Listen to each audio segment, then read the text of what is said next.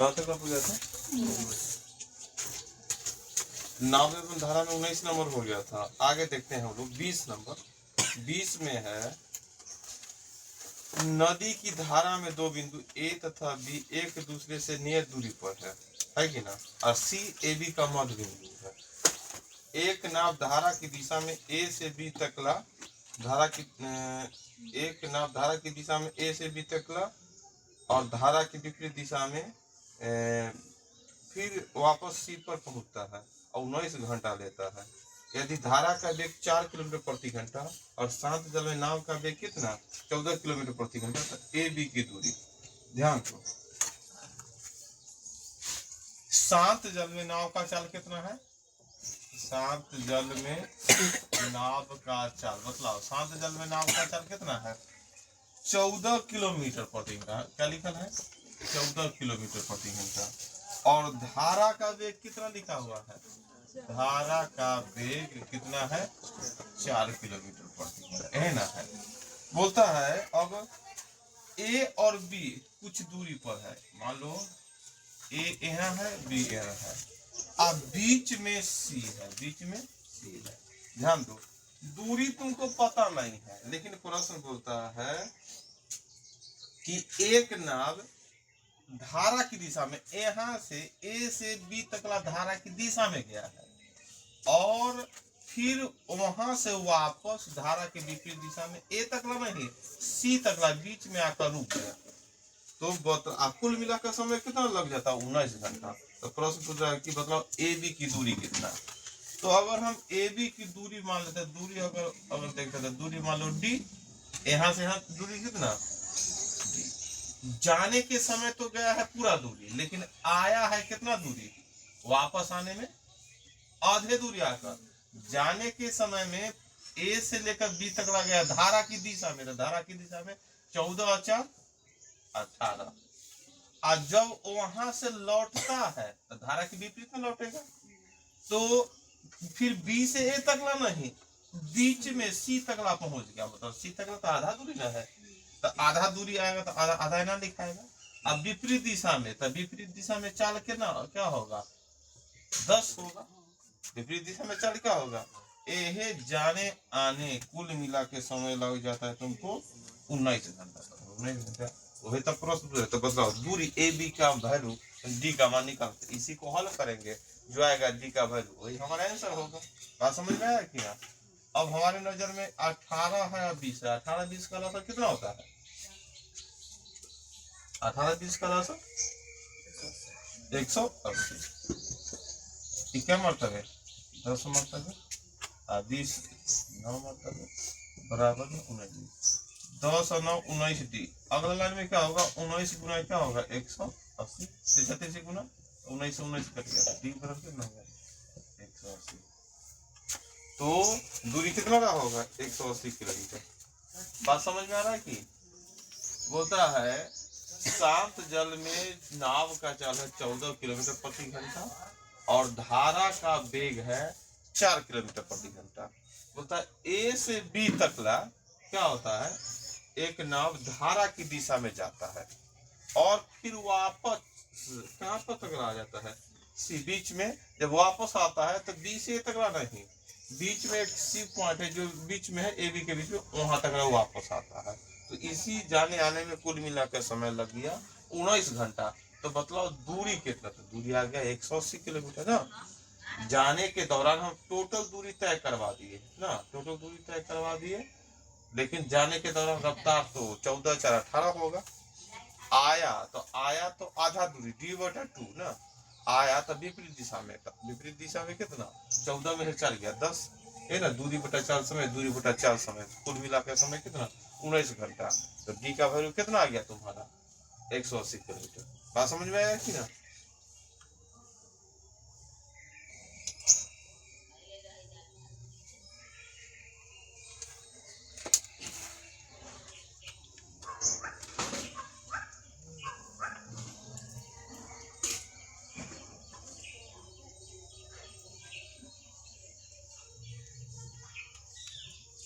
अगला नंबर है प्रश्न 21 नंबर। देखो एक नाव धारा के विपरीत 750 मीटर की दूरी तय करने में 675 सेकंड लेती है।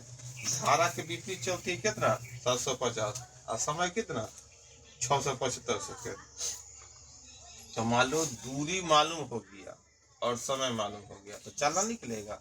हम लिखेंगे धारा के विपरीत चाल बराबर ना, धारा के विपरीत दूरी बतला दिया, समय बतला दिया, तो दूरी समय दे दिया तो हम चालना निकाल सकते हैं। क्या होता है फॉर्मूला, धारा के विपरीत चाल बराबर, धारा के विपरीत नाव की चाल ना, धारा के विपरीत नाव की चाल, तो यहाँ निकालना हो जाएगा। धारा के विपरीत नाव का चाल क्या करना होगा, निकालना होगा। तो दूरी बटा समय, धारा के विपरीत नाव का चाल निकालने के लिए क्या, धारा के विपरीत ना, धारा के विपरीत नाव का चाल, धारा के विपरीत नाव का चाल निकालना हो गया। कैसे, कुल मिलाकर दूरी बटा समय, दूरी दे रहे 750 मीटर है कि ना, और समय 675, इतना आ जाएगा तुमको मीटर प्रति सेकंड चाल है कि ना। लेकिन आंसर तो सब तुम्हारा किलोमीटर प्रति घंटा है ना, इसको बदल देते हैं किलोमीटर प्रति घंटा। था कितना से गुना, 18/5 है ना। अब काटो, कैसे कटेगा, अगर 5 से काटेगा तो 150 बढ़ता है। कैसा बढ़ता है, 150 बढ़ता है। तो चलो और कैसे कटेगा, 25 से कटेगा, 25 छक्का और क्या बढ़ता है, 22 की 27 बढ़ता है, 27, हाँ 600, एक सौ में 4 को 25, 600 में 6 24 को 25 और 75 में 3 होगा, 24 3 27। अब 9 दूना 18, 9 किया 27 और फिर 3 दूना 6, कुल मिला काट कूट को कितना आ गया, 4 किलोमीटर प्रति घंटा। क्या आ गया, 4 किलोमीटर प्रति, धारा के विपरीत चाल आ गया। और फिर आगे प्रश्न है, और धारा की दिशा में इतना ही दूरी तय करेंगे 7.5 मिनट। अब होता है ये तो धारा के विपरीत 750 मीटर चले तो 675 सेकंड लगा। अब धारा की विपरीत में उतना ही दूरी मतलब 750 मीटर, समय मीटर दूरी तय करने में कितना 7.5 मिनट लगता है। अब धारा की दिशा में हमको देखना है कि कितना चाल होगा। धारा की दिशा तो लिखते हैं, धारा की दिशा में नाव का चाल। अब धारा की दिशा में नाव का चाल निकालने की बात सोच रहे हैं, तो फिर उतना ही दूरी आएंगे वापस धारा की दिशा में। इस दौरान कितना समय लग जाता है, 7.5 मिनट। 7.5 मिनट, क्योंकि दूरी है मीटर में और समय मिनट में, मिनट में नहीं रहता। अगर मीटर में दूरी है तो समय सेकेंड में करो, किलोमीटर में है दूरी तो समय घंटा में करो। तो मतलब 7.5 मिनट को कितना लिख सकते हैं, 7 मिनट को सेकेंड में बदलेंगे तो 60 से गुना, तो 7 से 420, आधा मिनट को 30, 420 और 30 कितना होगा, 450। कितना लग गया, 450। तो मीटर प्रति सेकेंड हो गया इतना। अब इसको क्या बदलेंगे, किलोमीटर प्रति घंटा ना। किलोमीटर प्रति घंटा में बदलता कितना आता है, एगो जीरो से एगो जीरो कट गया, क्या मरतब है, 15 मरतब है ना। 15 5 75 और 15 3 45, 3 कितना आ गया, 6 किलोमीटर प्रति घंटा। अब हम लोगों को जानकारी निकाली है, धारा के विपरीत नाव का चाल 4 किलोमीटर प्रति घंटा और धारा की दिशा में नाव का चाल 6 किलोमीटर प्रति घंटा। तो प्रश्न पूछ रहा है शांत जल में नाव का वेग। अब नाव का वेग निकालना है, तो मतलब क्या करेंगे, हाँ शांत जल में नाव का वेग, बताओ क्या निकले, क्या इसे समझ, हाँ जोड़ के दूसरे भाव जोड़ेंगे दिशा में, अब विपरीत दिशा बटा 10/2 कितना हो गया, 5 किलोमीटर प्रति घंटा। शांत जल में नाव का चाल पूछा तो दोनों को जोड़ के 2 से भाग ना। धारा का वेग पूछता तब ना क्या करते, घटा के 2 से भाग करते हैं।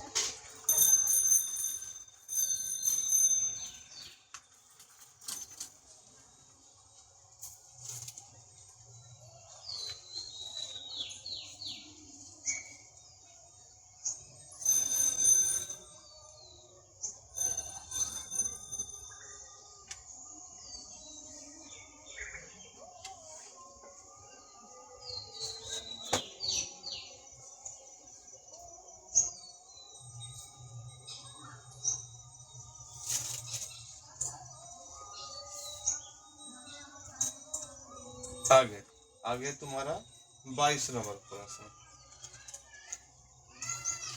22 नंबर है, एक नाव धारा के विपरीत 30 किलोमीटर और धारा की दिशा में 44 किलोमीटर। एक नैया है, धारा के विपरीत चलता है 30 किलोमीटर और धारा के विपरीत धारा की दिशा में 44 किलोमीटर जाता है, तो दूरी तय करने में 10 घंटा लगता है। और यही नाव धारा के विपरीत चलता है 40 और धारा की दिशा में चलता है 55, तो 13 घंटा लग जाता है। तो बोलता है शांत जल में नाव का चाल निकालना। शांत जल में नाव का चाल, शांत जल में नाव का चाल निकालने की बात बोल दिया, तो इसका अर्थ हो गया शांत जल में नाव का चाल निकालने के लिए क्या क्या हमको चाहिए बताओ तो। शांत जल में नाव का चाल निकालने के लिए कौन कौन चीज चाहिए, तो तुम शांत जल में नाव का चाल निकाल देगा। हाँ, शांत जल में नाव का चाल निकालना है तो क्या क्या चीज तुमको दे दिया जाएगा तो निकाल लेगा। हाँ है ना, धारा की दिशा में नाव का चाल चाहिए और धारा के विपरीत में नाव का चाल चाहिए। तब ना दोनों को जोड़ के दूसरे भाग करेंगे तो शांत जल में सिर्फ नाव का चाल निकलेगा, है कि ना। और धारा का भी चाल निकालने के लिए यही, अगर सिर्फ धारा का ही चाल पूछता है तो शांत क्या धारा की दिशा में नाव का चाल और धारा के विपरीत दोनों चाहिए, तब ना दोनों को घटा कर दूसरे भाग करेंगे। तो यहाँ देखो ध्यान से 22 नंबर प्रश्न में अगर ध्यान से देखेगा तो यहाँ दो बात दिया है, न तुमको धारा की दिशा में चाल दिया है न धारा के विपरीत में चाल दिया है।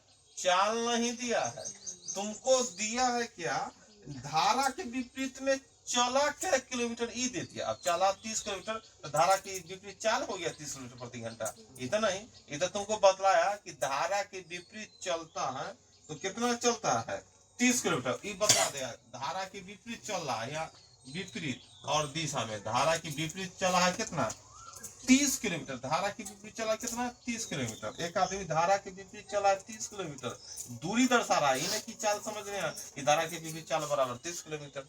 सिर्फ किलोमीटर लगल है तो धारा के विपरीत चला 30 किलोमीटर और धारा की दिशा में कितना चला है 44 किलोमीटर। ये दोनों जाने में कुल मिला के क्या घंटा 10 घंटा समय लग गया। क्या घंटा समय लग गया। और दूसरा दिन वही आदमी बोलता है कि नहीं आज धारा की विपरीत चलेंगे 40 किलोमीटर। धारा के विपरीत कितना चलेंगे 40 किलोमीटर और धारा की दिशा में चलेंगे कितना 55। तो आई जब तय किया तो उसको लग गया 13 घंटा। क्या घंटा 13 घंटा लग गया। अब यही लग गया, तो अब हमको निकालना है भाई शांत जल में नाव का चाल, मतलब नैया का चाल।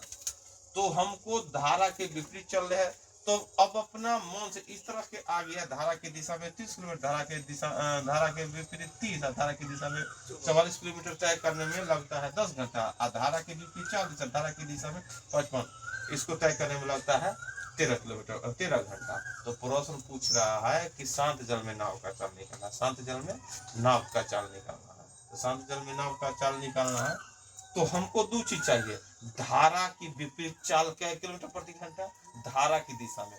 अब यहाँ से तुमको सोच के निकालना होगा कि ऐसे बतलाओ धारा की विपरीत भी दिख रहा है धारा की दिशा भी दिख रहा है, कै मान दे कि इसको कटे या इसको कटे। तो धारा की दिशा में हम देखे ई दोनों, तो ई दोनों हमको लगता है दोनों कटने वाला कैसे है, तो ई तो कन्फर्म हो जाएगा कि भाई ई तो 11 हमको धारा की दिशा में 11, तो 11 चक 44 मतलब 4 मरतबे करता है। क्या मरतबे अब लाना है 10 घंटा। 4 घंटा तो यह पूरा देते, ये क्या घंटा पूरा आएगा 6 घंटा। तो इसको क्या मानना होगा, कैसे भाग करें 5 से।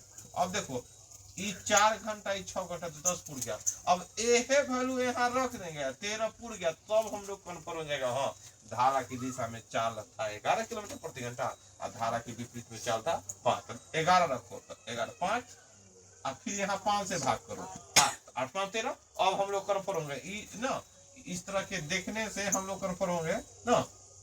सोच कर, अगर सोच कर क्या निकाल दिए ना, सोच कर क्या निकाल दिए धारा के विपरीत, पहले विपरीत है ना पहले धारा के विपरीत नाव का चाल, धारा के विपरीत नाव का चाल सोच में ना किए यहाँ पर। धारा के विपरीत नाव का चाल कितना आ गया, अगर 9 11 फिर होता तो दूसरा चेक करते है कि ना।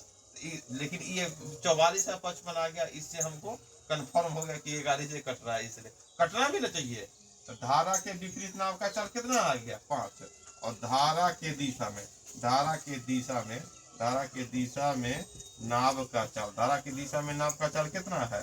धारा की दिशा में नाव का चाल 11 किलोमीटर प्रति घंटा। कितना आ गया? 11। और ये दोनों आ गया सोचने के बाद, तब ना हमको बोलता है बतलाओ शांत जल में नाव का चाल। तो शांत जल में नाव का चाल निकालने के लिए क्या करेंगे? दोनों को जोड़ के 2 से भाग। बात समझ रहा है कि नहीं? ये थोड़ा सोचने का प्रश्न है। शांत जल में नाव का चाल कितना आ जाएगा?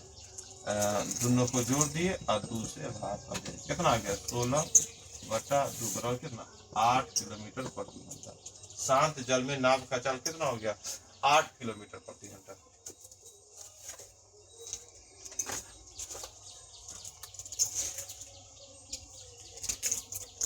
अगर दूसरा विधि से बनाते तो क्या लिखते?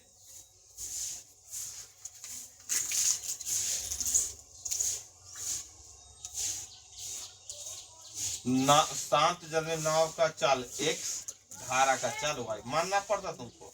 शांत जल में नाव का चाल x, धारा का चाल y। तो अब ये बोलता पहले विपरीत दिशा, 30-44 लिख रहे थे, अब विपरीत x minus y, x plus y बीच में जोड़ करते हो, इससे एगो समीकरण बनता। फिर x माइनस वाई, x इससे समीकरण, वो दोनों को हल करते तब x का आसान। बात समझा कि ना? अगर इस तरह ना सोच कर बनाते तो सोचने से थोड़ा आसान हो गया। तब क्या हम लोग को होता? मानना पड़ता शांत जल में नाव का चाल x, शांत जल धारा का चाल y। और धारा की दिशा में तो x प्लस वाई, धारा की दिशा में ये थी ना x प्लस वाई लिखते यहाँ, तब एगो कैलकुलेशन होता ना, 2 समीकरण, उसके बाद आंसर।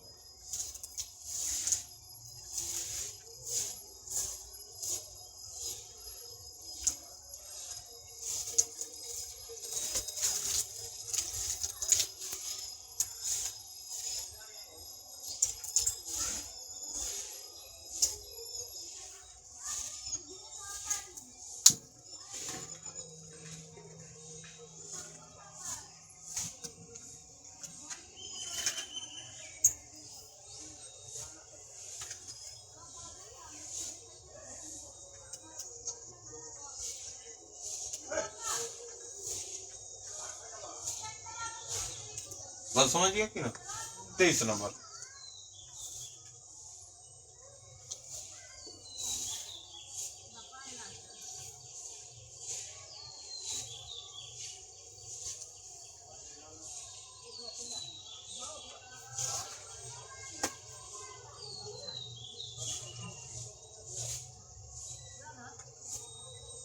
शांत जल में एक नाव का चाल 9 किलोमीटर प्रति घंटा, बहुत बढ़िया, और धारा का वेग 1.5 किलोमीटर प्रति घंटा। यदि किसी बिंदु से चलकर 105 किलोमीटर दूरी तय करने के बाद फिर वापस प्रारंभिक बिंदु पर पहुंचना है, तो कुल मिलाकर, तो अगर नाव का चाल 9 है, धारा का चाल 1.5 है, तो अगर 105 किलोमीटर अगर जाने में गया होगा धारा के साथ, तो आया होगा क्या चीज? धारा के विपरीत। तो धारा के साथ अगर नाव का चाल पूछेगा, क्योंकि नैया का चाल 9 और धारा का चाल 1.5, तो धारा की दिशा में चाल कितना हो जाएगा? 9 और 1.5 जोड़ेगा तो कितना हो जाएगा? 10.5। तो अब फिर जब वापस आएगा तो उतना ही दूरी, मतलब 105 किलोमीटर धारा के विपरीत आएगा, तो धारा के विपरीत चाल कितना हो जाएगा? 7.5। जाने में भाग करना 105 में 10.5 से, आने में भाग करना 7.5 से, वही कुल मिलाकर कितना समय लग जाता है? निकल जाएगा। शांत जल में नाव का चाल कितना हो जाएगा? 9 किलोमीटर प्रति घंटा। और धारा का वेग कितना है? 1.5 किलोमीटर प्रति घंटा धारा का वेग। अब बोलता है एक नाव मतलब किसी बिंदु से गया, मतलब यहाँ से यहाँ गया, कुल मिलाकर दूरी कितना है? 105 किलोमीटर दूरी है। तो मगर गया होगा धारा की दिशा में, तो आया होगा धारा के। अब तुमको मन है कि गया होगा विपरीत में, तो आएगा धारा। कोई पहले लिख सकता है 105 किलोमीटर गया होगा धारा की दिशा में, तो 9 जोड़ 1.5 कितना? 10.5 लिख सकते हैं कि ना? और फिर उतना ही दूरी आया है, तो कितना? 9 में से 1.5 7.5, दूरी बटा चाल बराबर समय, दूरी बटा दोनों जाने आने का समय, कुल मिलाकर समय हो गया। ये तो पूछता है कि भाई कुल समय कितना लगा, गया और आया कुल मिलाकर, तो काटो ना। दशमलव काटेगा तो एगो शून्य, देखो क्या मर्तबे 10 मर्तबे, और ये भी दशमलव काटेगा तो एगो शून्य। अब काटो कैसे, 75 से पूरा पूरा कर दे, एक मर्तबे 75 उतरेगा क्या, 30 तो 300, तो 75 दूना 150, 4 होता ना रे। अगर एक मर्तबे 75 तो 105 में से 75 काट घटाएगा तो 30 उतरेगा, ऊपर एगो शून्य, 75 दूना 150 और 150 दूना 300, 150 दूना 300 होता है, तो 75 14 4 मरतबे लगा, तो कितना हो गया 10 घंटा 14 घंटा, कुल मिलाकर क्या घंटा लग गया 24 घंटा। जाने आने में उसको कुल मिलाकर क्या घंटा लग गया 24 घंटा लग गया। क्या घंटा 24 घंटा।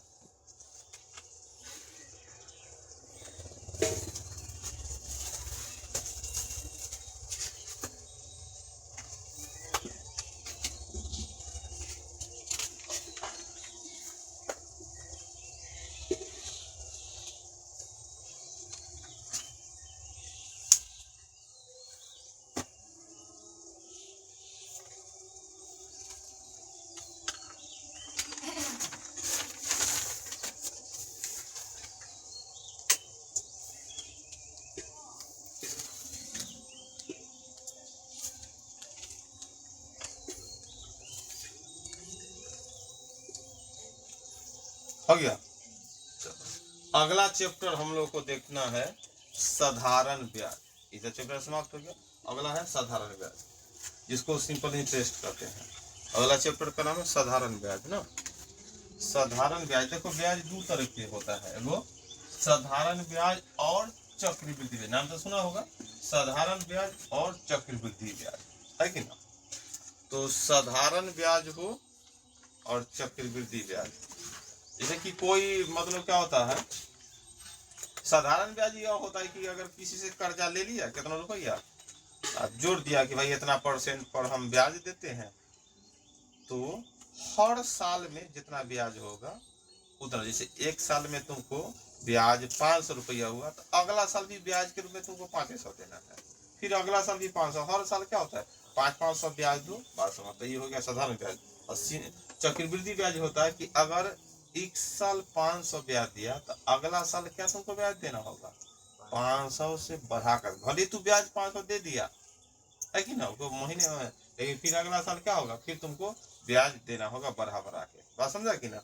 हर साल जैसे कि मूलधन में जुड़े, मान लो 10,000 रुपया लिया साधारण ब्याज पर, मतलब साधारण ब्याज का नियम है कि इस साल तुमको 500 ब्याज देना होगा, तो हर साल तू जब कैलकुलेशन करेगा तो 4 साल के बाद 5 चौका 2,000 रुपया ब्याज हुआ, और तुम्हारा क्या हो गया 10,000 मूलधन, तो कुल मिलाकर 12,000 दिया, समाप्त हो गया। लेकिन वही चक्रवृद्धि ब्याज को 10,000 लिया और 5 साल पहला साल में ब्याज हुआ, और 4 साल तू सोचेगा कि 4 साल बाद हाँ 500 ब्याज हुआ, तो 4 साल के बाद फिर 5 का 20 जो मतलब 2,000 12,000 देंगे, नहीं। अगला साल क्या होगा ब्याज, क्योंकि मूलधन में 10,000 था, तो एक साल का ब्याज 500, तो अब 10,500 पर ब्याज चलेगा, तो ऑटोमेटिक ब्याज तुम्हारा 500 से बढ़ जाएगा, हो सकता है 500 से बदला 700 हो जाए, फिर जुड़ जाएगा तुम्हारा मूलधन में 10,500 में, फिर 700 जुड़ा, तो 11,000 क्या हो गया तुम्हारा 200, तो अब ब्याज 700 से तो ज्यादा होगा, तो हो सकता है 1,000 हो जाएगा। तो इसी कारण तुमको 4 साल के बाद लौटा आएगा, तो 2,000 कुल मिलाकर ब्याज ना, हो सकता है 2,000 के मतलब 3,000 ब्याज हो, 3,500 के हर साल ब्याज बढ़ता है। और साधारण ब्याज हो या चक्रवृद्धि ब्याज हो, ये दोनों ब्याज हमारे गांव घर से कम में ब्याज है। गांव घर में जैसे लगता चक्रवृद्धि ब्याज, क्योंकि चक्रवृद्धि ब्याज या साधारण ब्याज जो भी ब्याज है, जो गांव घर में जो हम लोग ब्याज पर पैसा लेते हैं उससे कम ही है। वो तो इसलिए हार्ड हो जाता है क्योंकि पैसा हम लोग बैंक से लेके भूल जाते हैं, छोड़ देते हैं, ना देते, तब तो जाकर 50 साल 100 साल में तुमको ज्यादा पैसा होता है। 100 साल कोई दादा ले लिया 50,000 रहा है, तब पैसा लग रहा है कि बाली रे बहुत ज्यादा कर्जा। बैंक वाला का ब्याज ज्यादा नहीं होता, अगर देने वाला के लिए नहीं, न देने वाला के लिए होती है, क्योंकि बैंक वाला जो भी ब्याज जोड़ता है साल भर में वो ब्याज जोड़ता है। जैसी टाइम एक हम लोग के यहाँ जो होता है 1 महीना पर होता है। बात समझ आए कि ना। बैंक वाला ब्याज दर सुनेगा तो 10%, 9%, 10% इस तरह रेट रखता है। गांव घर में कितना 3%, 5%, इसे ज्यादा नहीं सुनेगा, 7% ज्यादा जाते। अब बैंक में अगर तू देखेगा 12% ब्याज भी रहता है ना, कभी कभी लोन लिया या कुछ ऐसा लोन लिया तो तुमको 9%, 10 में 12% भी रहता, 14% रहता है, तो लगता होगा ज्यादा नहीं। 14% लेता है तो साल भर का लेता है। मतलब कि साधारण ब्याज हम लोग देखते हैं, तो साधारण ब्याज में हम लोग देखते हैं तो क्या क्या रहता है कि भाई दो चार चीज हमको पढ़ना है। मूलधन क्या पढ़ना है हम लोग को, मूलधन। तो मूलधन क्या होता है, मूलधन, मूलधन जितना हम लोग कर्जा लेते हैं, पैसा कर्जा के रूप में 10,000 लेते हैं, वो तुम्हारा क्या हो गया, मूलधन हो गया। और उसके बाद क्या होता है, उससे बोलता है दर, किस रेट से लेता है, 3% पर, 5% ना सुनता होगा, 3% पर दिया तो क्या वो रेट होगा। और उसके बाद समय भी उससे मांगते, भाई इतना समय टाइम हो गया। और उसके बाद तुमको मिलता है साधारण ब्याज। क्या हुआ, साधारण ब्याज, साधारण ब्याज, समझा कि ना। तो मूलधन को क्या, मूलधन को हम लोग पी से दर्शाते हैं, है कि ना, मूलधन को पी से दर्शाते हैं, और रेट को आर से दर्शाते हैं, और क्या समय को टी से दर्शाते हैं। साधारण ब्याज को सिंपल इंटरेस्ट एसआई से दर्शाते हैं। अब तुमको समझा रहे थे, अगर मान लो किसी से हम लोग 1 लाख रुपया ले लिए, बैंक में अगर तू चला तो क्या किया, साधारण ब्याज है 1 साल के लिए लिया, टाइम है तुम्हारा कितना, 1 वर्ष, और रेट तुम्हारा कितना है, तुम्हारा रेट अगर बैंक में 12% है, कितना परसेंट है, 12% है, तो तुमको 1 साल के लिए मूलधन गुना समय और गुना दर और बटा में 100, दूसरे दो कितना हो गया, 12,000 हो गया। कितना, 12,000 देना होगा बैंक को, क्योंकि 1 साल का चक्रवृद्धि ब्याज दोनों बराबर होता है। साधारण ब्याज बोलो या चक्रवृद्धि, बढ़ता कब है, जब अगला साल जाता तब ना मूलधन जुड़ता है, तब ना ब्याज बढ़ता है।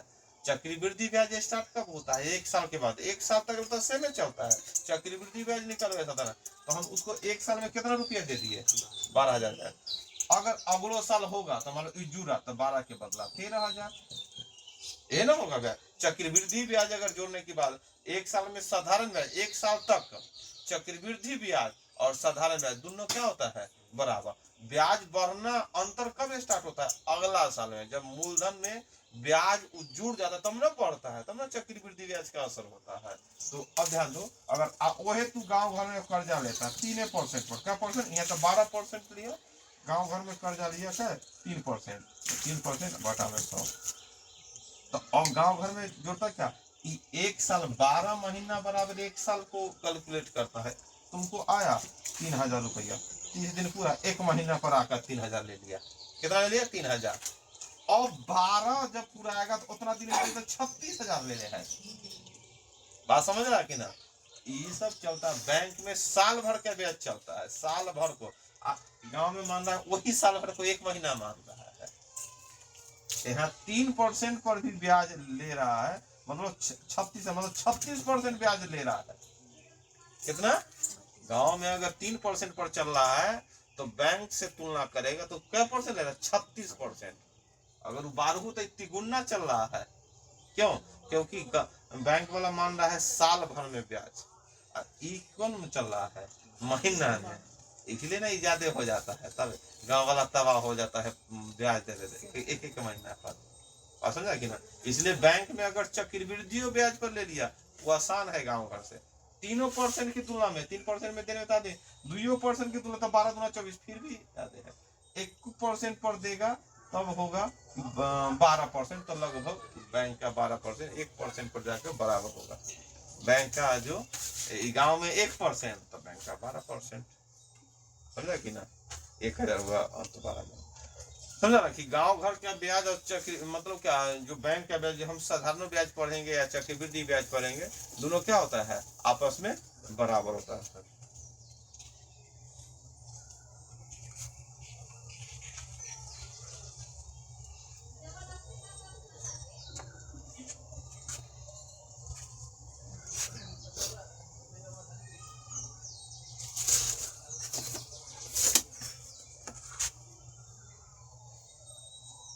नियम जानता है ना, ब्याज बराबर, लिखो तो,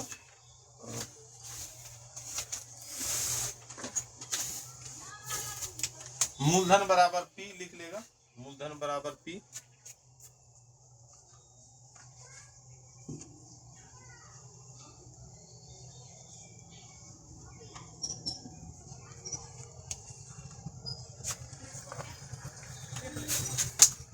दर बराबर आर, समय बराबर टी, और साधारण ब्याज बराबर एस आई।